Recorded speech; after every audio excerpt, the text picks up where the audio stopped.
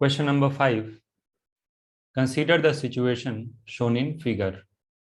The wall is smooth, but the surfaces of A and B in contact are rough. देखो बच्चों, ये जो surface है, question में क्या दिया है? दिस सरफेस इज स्मूथ, लेकिन ये जो दोनों कॉन्टैक्ट सरफेसेस हैं, this is rough. Okay. The friction on B due to A in equilibrium will be. Question में पूछ रहा है कि जब ये दोनों ब्लॉक इक्विलिब्रियम में होंगे तो बी पे किधर फ्रिक्शन लगेगा? ड्यू टू ए, मतलब ए किधर फ्रिक्शन लगाएगा बी पे, किधर मतलब किस डायरेक्शन में. ओके. तो क्या दिया है? Upward, downward, zero. और डी पार्ट क्या बोल रहा है? The system can not remain in equilibrium. Okay. देखो, इसको समझने के लिए ना, जो सरफेस रफ है उसको आप अज्यूम कर लो कि सफिशिएंटली रफ है. ओके. ताकि इनके बीच में आपस में स्लिपिंग नहीं होगी. करेक्ट. तो चलो ध्यान से देखो. So let us assume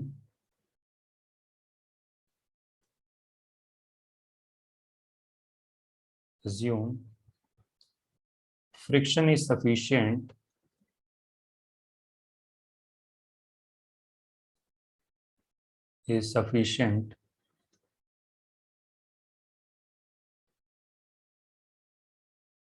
to stop relative motion between the two blocks.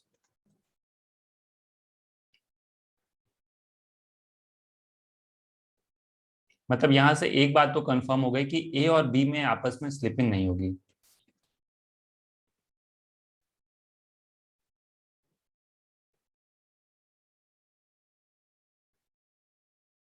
Correct.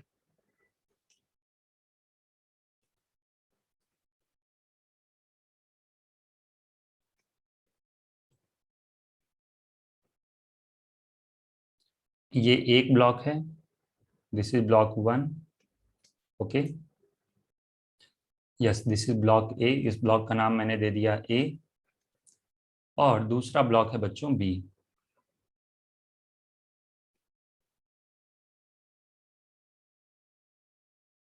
This is block B. और इस पे हमने फोर्स लगा दिया एफ ऐसे. करेक्ट. अब ध्यान से देखो, क्योंकि आपस में इनमें कोई रिलेटिव मोशन नहीं हो रहा है. करेक्ट. ए और बी में कोई भी रिलेटिव मोशन नहीं हो रहा है. तो क्या मैं बोल सकता हूं कि we can consider A and B as a single block. Correct. तो since there is no relative motion between A and B, since there is no relative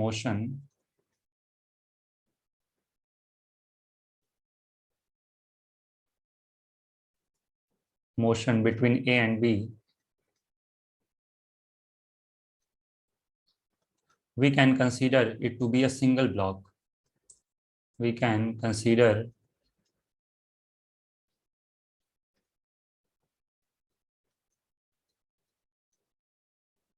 a single block system. Okay.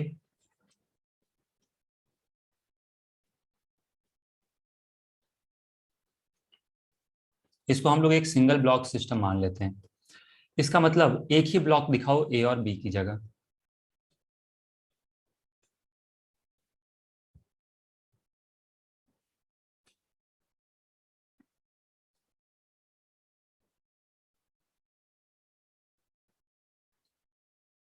Okay. दिख रहा है?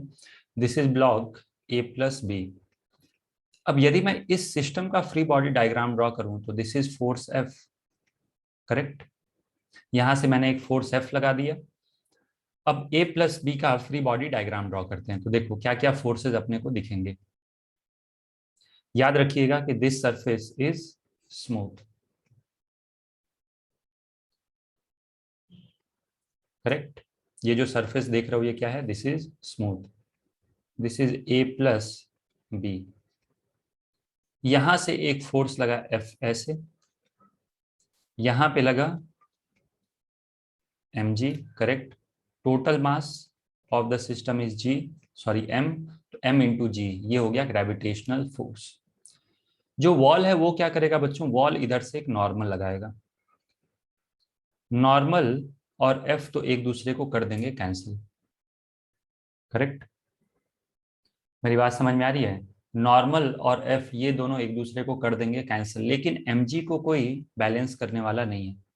यहां से कोई friction force wall नहीं लगा सकता क्योंकि वॉल इज स्मूथ, और वॉल यदि यहां से फ्रिक्शन फोर्स नहीं लगा सकता तो this is the unbalanced force. Correct, ये क्या है? अनबैलेंस्ड फोर्स है। देखो होता क्या ना, यहाँ पे यदि फ्रिक्शन होता है, if this surface is rough, तो ये दोनों ब्लॉक इक्विलिब्रियम में हो सकते थे, लेकिन यहाँ पे नहीं होंगे। क्यों? क्योंकि वॉल स्मूथ है।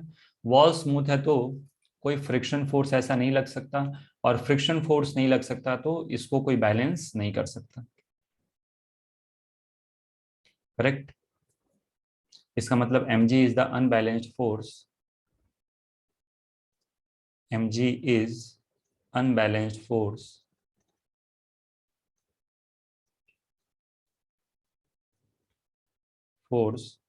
and system cannot be in equilibrium, and system cannot be in equilibrium.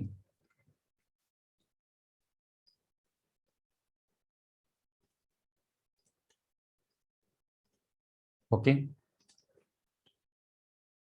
तो यहाँ पे जो सिस्टम है वो इक्विलिब्रियम में नहीं रहेगा, देयरफॉर वी कैन से कि D option is correct. Okay, ये सिस्टम इक्विलिब्रियम में रहेगा ही नहीं। एक्चुअली दोनों बॉल का फ्री फॉल एक्सेलरेशन होगा, मतलब एक्सेलरेशन ड्यू टू ग्रेविटी हो जाएगा, दिस इज जी। दोनों ब्लॉक का एक्सेलरेशन हो जाएगा g in downward direction. Okay, next, suppose all the surfaces in the previous problem are rough. मान लो पिछले क्वेश्चन में सारे सर्फेसेज रफ हैं, और मतलब सफिशिएंटली रफ है, such that blocks are in equilibrium. Okay, question में नहीं दिया है, लेकिन रफ है मतलब हम लोग अज्यूम करेंगे सफिशिएंटली रफ है, और सफिशिएंटली रफ मतलब ब्लॉक्स आर इन इक्विलिब्रियम। पिछली बार क्यों नहीं इक्विलिब्रियम हुआ था? क्योंकि वॉल जो था वो स्मूथ था। अब यहाँ पे सारे सरफेस रफ हैं। अब पूछा direction of friction on B due to A. B पे कितना फ्रिक्शन लगेगा ड्यू टू ए? तो देखो यहाँ पे यह है डायग्राम। अगेन क्या मैं बोल सकता हूं कि आपस में कोई रिलेटिव मोशन नहीं हो रहा है, तो सिंगल ब्लॉक की तरह ट्रीट करोगे तो system will be at rest. Correct. तो आप पूरा का पूरा पिछला एक्सप्लेनेशन दोबारा से देख सकते हो। ओके, बस यहाँ पे फर्क क्या होगा कि दिस वॉल इज रफ, और ये वॉल यदि रफ है, okay, if this wall is rough और बाकी सारे सर्फेसेस भी रफ है, मतलब दोनों ब्लॉक इक्विलिब्रियम में है, both the blocks are in equilibrium, both blocks are in equilibrium. Okay,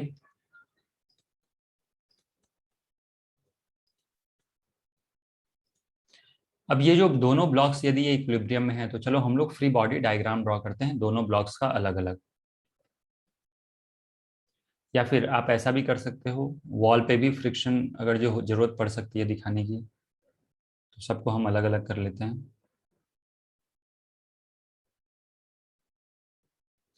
okay, तो चलो सबका फ्री बॉडी डायग्राम दिखाते हैं। बी पे नीचे की तरफ लगेगा mg, या फिर आप बोल सकते हो m1g।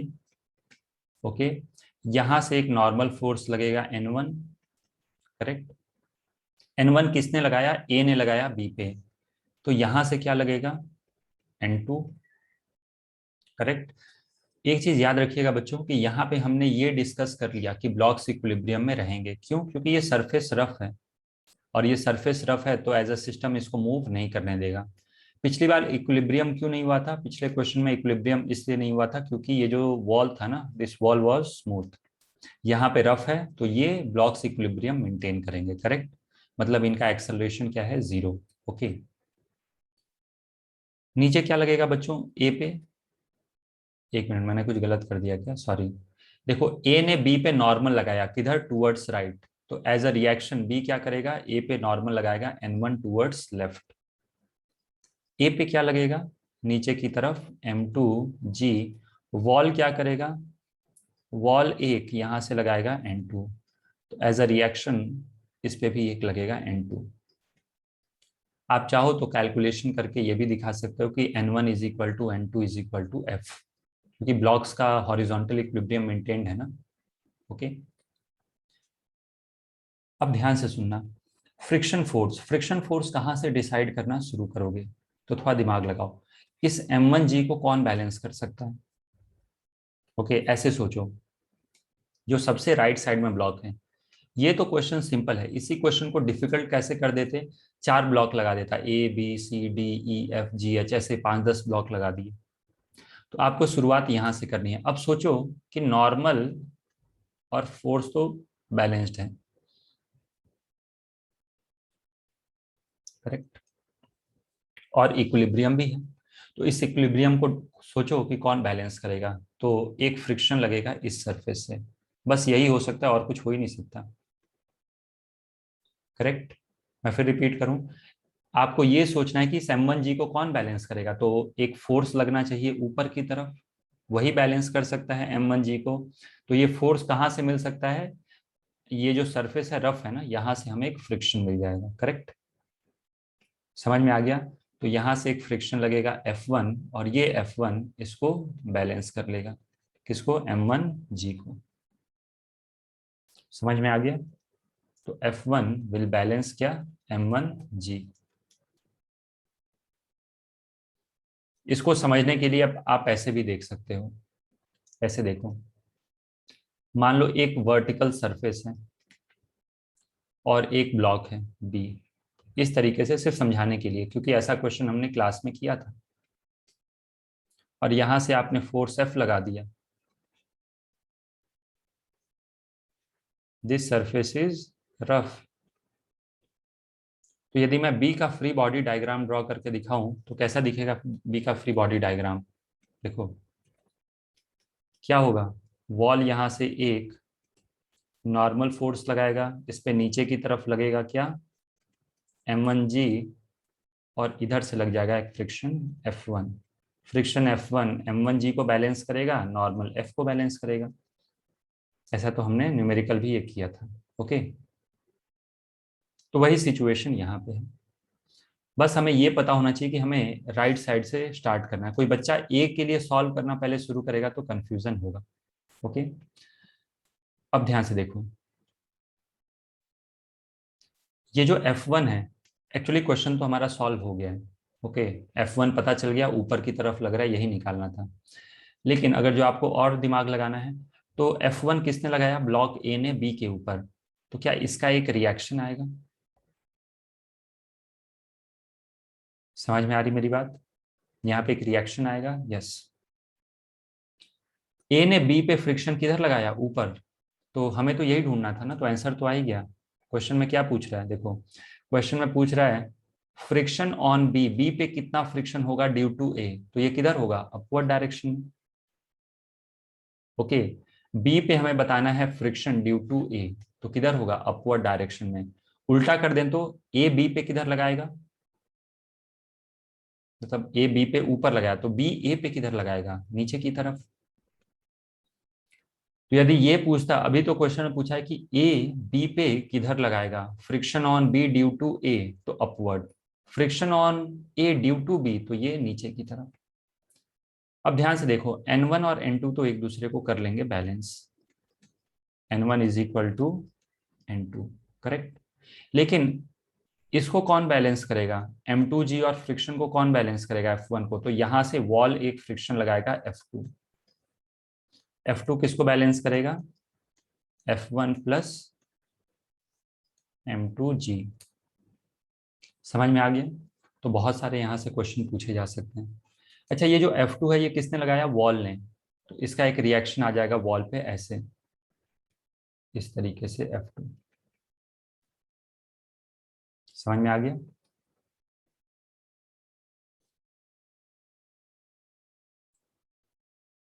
Next, question number 7, two cars of unequal masses use similar tyres.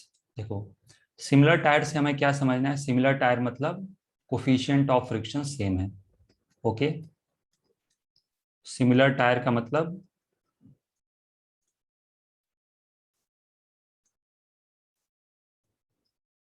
implies mu, आप लिख लेना पूरा, coefficient of friction is same, correct.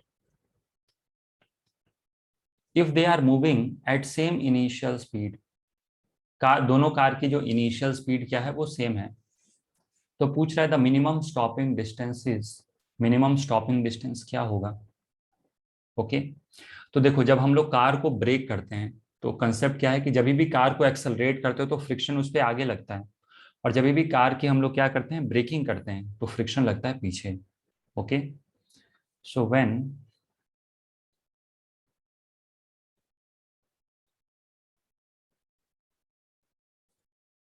We apply breaks,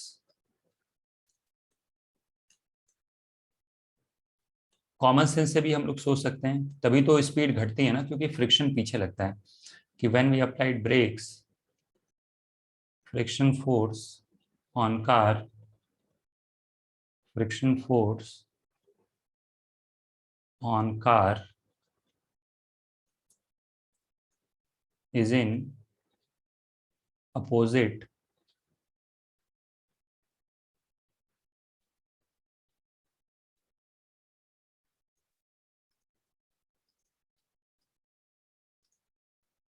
in opposite direction of motion, ये मोशन के अपोजिट डायरेक्शन में होगा, correct. तो इसको आप ऐसे ब्लॉक की तरह दिखा सकते हो।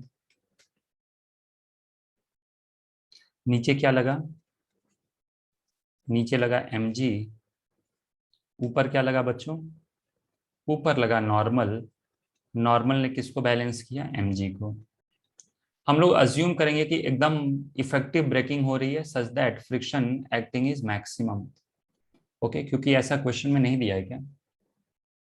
अच्छा, the minimum stopping distance, question में दिया है मिनिमम स्टॉपिंग डिस्टेंस, मतलब आपको कार को कम से कम डिस्टेंस में रोकना है, मतलब आप ब्रेकिंग बहुत समझदारी से लगाओगे ताकि फ्रिक्शन मैक्सिमम लगे, करेक्ट। फिर से सुनो मेरी बात, हम लोग क्या करेंगे, हम लोग ब्रेक्स ऐसे प्रेस करेंगे ताकि फ्रिक्शन ज्यादा से ज्यादा लगे। ओके, तभी तो कम से कम दूरी में रुक जाएगा, यस, तो फ्रिक्शन लगेगा इस पे मैक्सिमम। समझ में आया क्यों मैक्सिमम लगाया, क्योंकि मिनिमम डिस्टेंस में इसे रोकना है।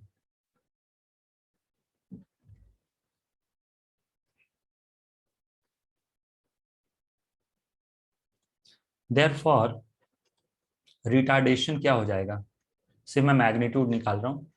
ओके, एक्चुअली ये पीछे की तरफ रिटार्डेशन होगा। Okay, so this is equal to mu g, मतलब जो रिटार्डेशन है वो इंडिपेंडेंट ऑफ मास है, सो रिटार्डेशन या deceleration is independent of mass.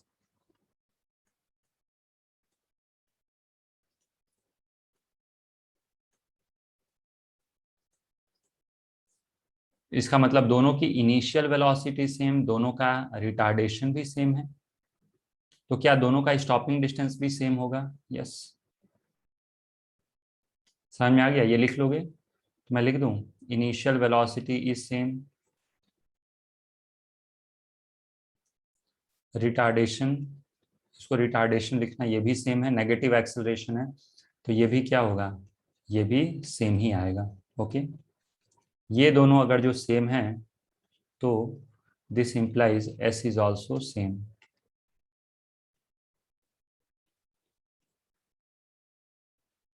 Correct. तो यहाँ पे is same for both the cars, दोनों कार्स के लिए ये सेम आएगा। ओके,